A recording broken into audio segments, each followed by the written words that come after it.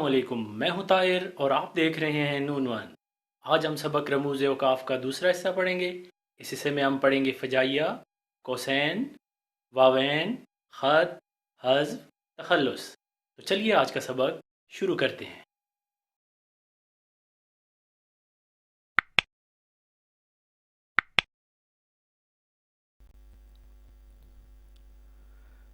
तफ़सीलिया ये अलामत फ़हरिस्त, उसूल, कायदे या तफसील के लिए लगाई जाती है। मसलन वर्जिश के फ़ायदे मंदरजा झैल हैं।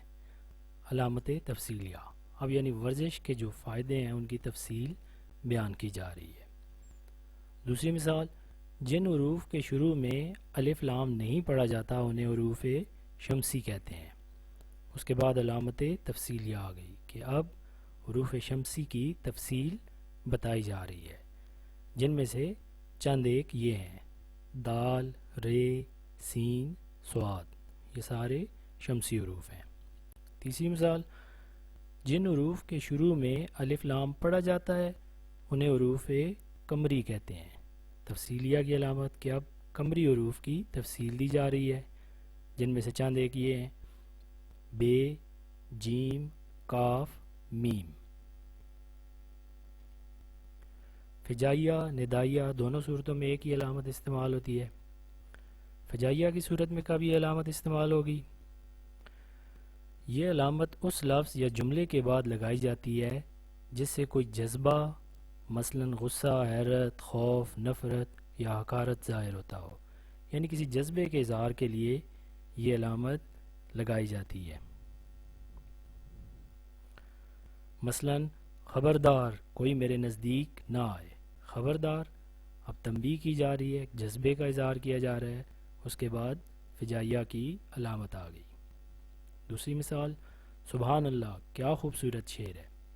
सुबहान अल्लाह, हैरत, जज्बे का इज़हार किया जा रहा है। उसके बाद अलामत फ़िजाइया आ गई। नदाइया, निदा कहते हैं आवाज़ को। अगर किसी को पुकारना या ख़िताब करना हो तो ये अलामत लगा देते हैं, यानी बात करने किसी की बात करने के लिए, किसी को बुलाने के लिए, किसी को पुकारने के लिए ये अलामत इस्तेमाल की जाती है। आसिफ, यहाँ आओ। अब आसिफ को पुकारा जा रहा है तो आसिफ के बाद अलामत निदाइया आ गई। हम हैं मुश्ताक और वो बेजार, या इलाही ये माजरा क्या है। या इलाही को पुकारा जा रहा है तो उसके बाद अलामत निदाइया आ गई। कौसैन,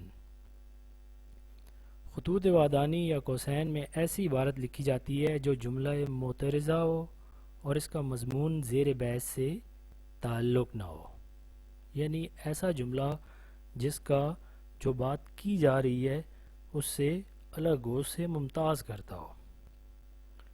मसलन हकीम माजिद साहिब जो अपने वक्त के नामवर तबीब थे, गरीबों का इलाज मुफ्त किया करते थे। अब असल जुमला क्या है? हकीम माजिद साहिब गरीबों का इलाज मुफ्त किया करते थे। अब इसमें एक जुमला मोतरज़ा यानी मजमून से हट के बात की जा रही है, जो अपने वक्त के नामवर तबीब थे, उसके इस्तेमाल के लिए कोसैन की अलामत लगा दी गई है। दूसरी सूरत इसकी ये है कि जब किसी दूसरी ज़बान का लफ्ज़ लिखना हो तो उसके लिए भी कोसैन की अलामत लगाई जाती है। मसलन इंसान का इस दुनिया में आना एक ज़बरदस्त ट्रेजेडी है। अब ट्रेजेडी इंग्लिश के लिखने के लिए कोसैन की अलामत लगा दी गई है। वावैन, इन्वर्टेड कॉमास। वावैन के दरमियान ऐसी इबारत जो किसी का कौल या इक़्तिबास हो लिखा जाता है, यानी किसी की बात हो या किसी की तहरीर का कुछ हिस्सा वो लिखना हो तो उसके लिए वावैन की अलामत इस्तेमाल होती है। अकरम ने जवाब दिया, मैं कल शाम तक वापस आ जाऊंगा। अब अकरम की बात बताने के लिए वावैन की अलामत इस्तेमाल की गई है।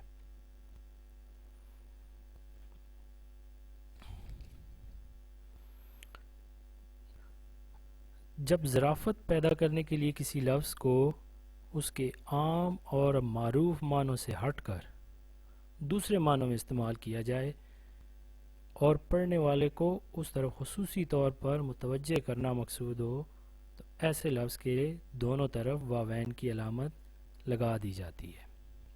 مثلا حکیم صاحب کی مسیحائی، سبحان اللہ، یہ سارا قبرستان انہی کا آباد کیا ہوا ہے۔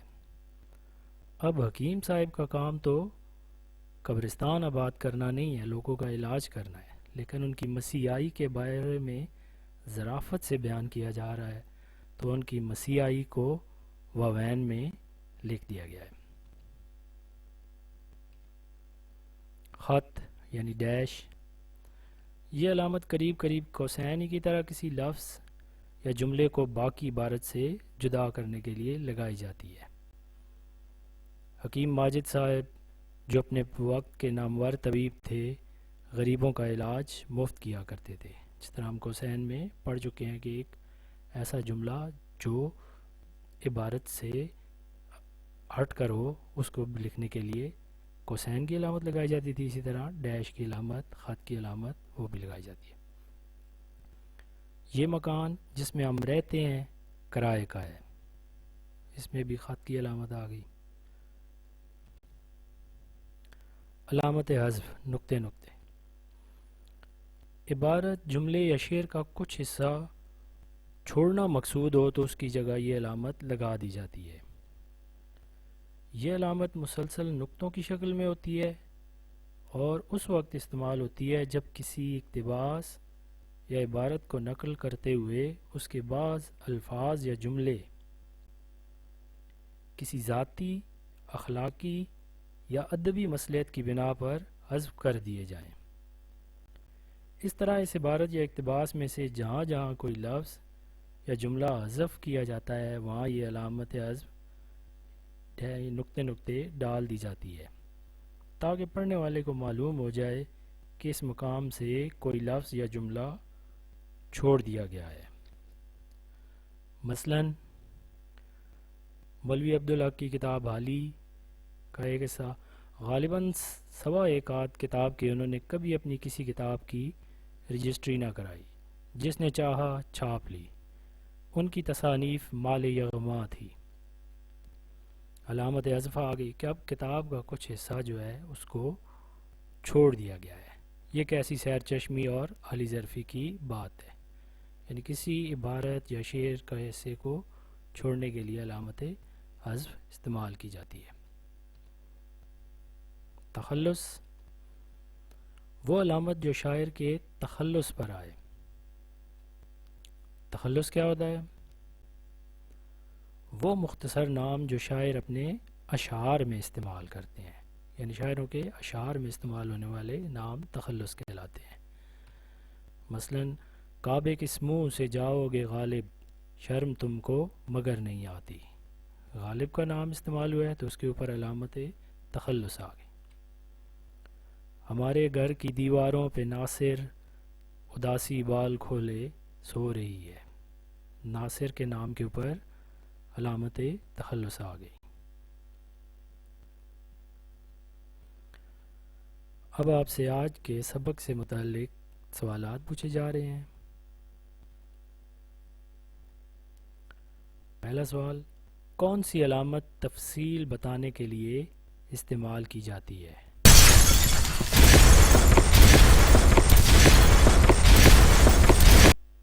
تفصیلیہ۔ خواتین و حضرات، ایک ضروری اعلان سنیے۔ خواتین و حضرات کے بعد کون سی علامت استعمال ہوئی ہے؟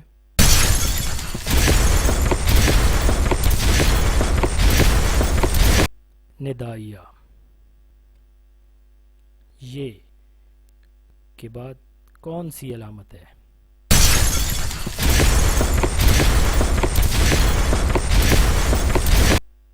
کوسین۔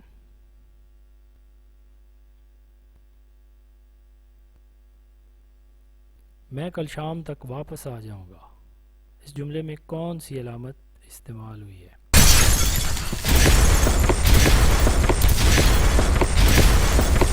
واوین۔ وکیل صاحب جو ہمارے پڑوسی تھے کل رات انتقال کر گئے. اس جملے میں کون سی علامت استعمال ہوئی ہے؟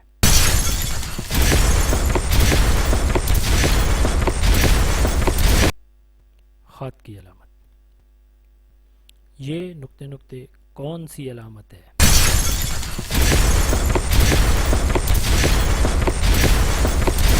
علامت حذف.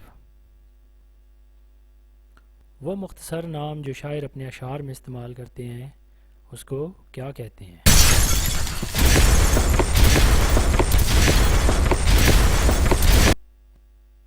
تخلص. شکریہ.